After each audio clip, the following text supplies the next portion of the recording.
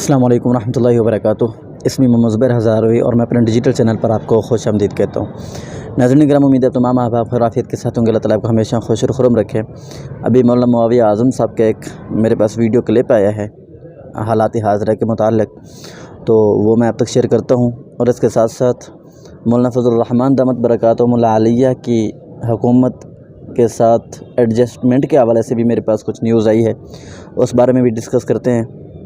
और हालिया दिनों में ही एक बात चल रही है, बहस चल रही है, पीटीआई के जो आज़ाद उम्मीदवार हैं, मेंबरान हैं, उनकी शमूलियत एमडब्ल्यूओ जो वहदत उम्मत, वो जो उनकी पार्टी है अहले तशय्यो की, उनकी तरफ मिलने की भी ख़बरें आ रही हैं। तो मामलात, अब इस बारे में थोड़ी सी गुफ्तगू आपका टाइम मैं लूँगा, मुख्तसर मगर पुरअसर।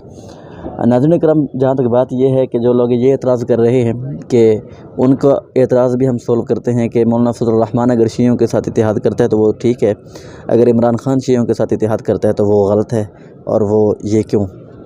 अच्छा, इसके साथ साथ मज़ीद भी बातें हैं कि सबसे पहली बात यह है कि मौलाना फज़लुर रहमान दामत बरकातुहुमुल आलिया ने हुकूमत के साथ बैठकर हुकूमत चलाने से इनकार कर दिया। उन्होंने कहा कि हम अपोजिशन में बैठेंगे। ये उनकी अपनी मुशावरती मजलिस आमला का एक फ़ैसला है। और वैसे भी जब मौलाना फज़लुर रहमान का कोई भी फ़ैसला आता है, इससे पहले देखें कि मौलाना फज़लुर रहमान ने इलेक्शन के ऊपर कोई बात नहीं की थी। बहुत बड़ी तवील मुशावरत के बाद यही जमाती फ़ैसला हुआ कि हम हुकूमत का हिस्सा नहीं बनते, हम आज़ाद और अपोजिशन के साथ होंगे, हम आज़ाद हैसियत से बैठेंगे, मतलब कि हम हुकूमत का हिस्सा नहीं बनना चाहते।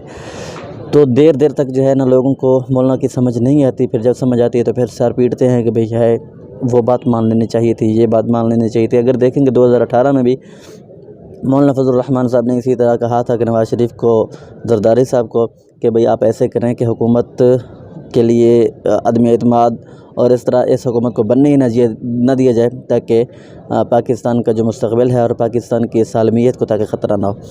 अच्छा, उन्होंने तब उसकी बात नहीं मानी थी। मौलाना फज़लुर रहमान की बात का इनकार करते हुए उन्होंने वो तमाम तर मामले किए जो इस बात के मुनाफी थे।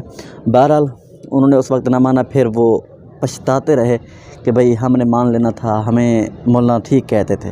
अच्छा, अब हाल ही में मौलाना फज़लुर रहमान ने भी एक वही फ़ैसला किया, उसी तरह का एक, कि भाई हम हुकूमत का हिस्सा नहीं बनेंगे, हम आज़ाद हैसियत से बैठेंगे, तो बस अब जंग मैदान में होगी। तो इसी तरह उन्होंने नवाज़ शरीफ से भी कहा है कि मैं भी आपको दावत देता हूँ कि आप भी हुकूमत का हिस्सा न बनें, हुकूमत में मत बैठें, बल्कि अपोजिशन ही बैठें। ये तमाम सूरत हाल वक्त बताएगा कि आया ये फ़ैसला बेहतर है या नहीं।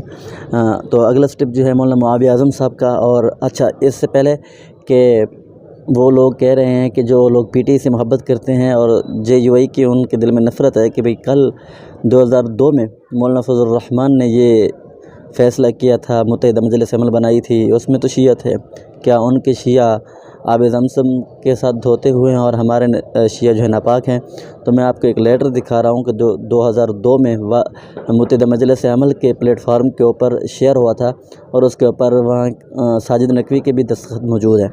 तो उन्होंने क्या कहा था, तो उस लेटर के ऊपर, उस स्टाम्प के ऊपर, या जो भी मामला था उसके ऊपर क्या तहरीर थी, उसमें तहरीर ये थी कि मौलाना फज़लुर रहमान साहब की उस शमूलियत और मुत्तहिदा मजलिस से अमल का मंशूर ये था कि मुल्क पाकिस्तान के अंदर जो है फ़िक़्ह हनफ़ी का निफाज होगा। हालांकि अच्छा, दरा हाल है कि अब जो है, अब फ़िक़्ह हनफ़ी की बात ही नहीं हो रही, फ़िक़्ह जाफ़री की बात हो रही है, जब पीटीआई के साथ इत्तेहाद है।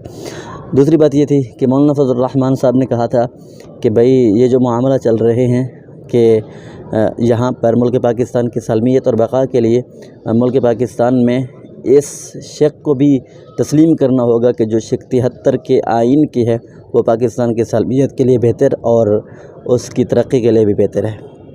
इसके ऊपर भी उसके दस्तखत हैं साजिद नकवी के।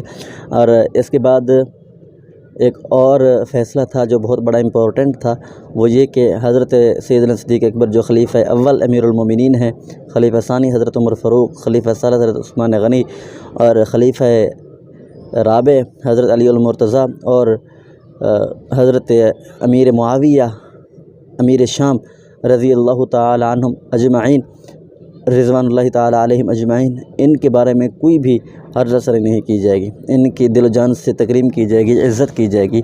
तो ये तमाम तर सूरत हाल, तमाम तर बातें जो थी उस बात में शामिल थी। تو اس کے اوپر ساجد نقوی کے بھی دستخط موجود تھے۔ تو یہ فرق ہے پی ٹی آئی کے اتحاد اور جمعیت علماء اسلام کے اتحاد کا۔ مولانا معاویہ اعظم صاحب نے بھی اسی کے متعلق اسی کے ریلیٹڈ ایک بات کی ہے کہ آزاد حیثیت سے اب لوگ جو جیتے ہیں الیکشن اب وہ پریشان ہیں کہ ہم کس پارٹی کو جوائن کریں۔ تو اب ان کو پارٹی جوائن کرتے ہوئے یہ دیکھنا چاہیے کہ ہم اس پارٹی کو جس کو جوائن کر رہے ہیں آیا اس کا ماضی کیسا ہے، کیا ملک پاکستان کی سالمیت کے لیے وہ خطرہ نہیں تھی، کیا ملک پاکستان کے لیے وہ خطرہ نہیں ہے، پاکستان کے بہت بڑے اداروں کو انہوں نے نقصان نہیں پہنچایا، پاکستان کے کتنے مظلوموں کے اوپر انہوں نے ظلم کیا، کتنے لوگوں کے اوپر ظلم کیا، کتنوں کو ناجائز قتل کیا وغیرہ وغیرہ۔